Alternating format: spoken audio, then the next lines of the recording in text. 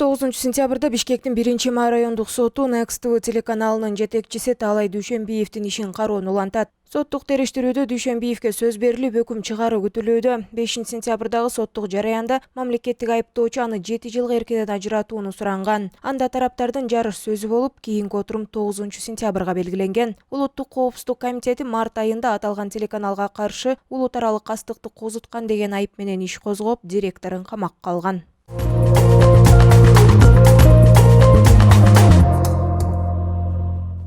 Президент Садыр Жапаровдун тапшырмасына ылайык башкы прокурор Курманкул Зулушев, министрлер кабинетинин төрагасынын орун басары Бакыт Төрөбаев, ички иштер министри Улан Ниязбековдун эл менен жолугушуулар уланууда. Жалпыга белгилүү болгондой, буга чейин эл менен болгон жолугушууларда коомчулукта орун алган мыйзамсыздыктар, социалдык, экономикалык көйгөйлөр, чечилбей жаткан жарандардын жеке укуктук маселелери, түрдүү адилетсиздиктер, укук коргоо органдарынын ишмердүүлүгүнө байланышкан мүчүлүштүктөр тууралуу кайрылуулар эл оозунан айтылган. Алдыда үстүбүздөгү жылдын 12-сентябрынан тартып Нарын жана Ысык көл облустарынын тургундары менен жолугушуулар өткөрүлөт.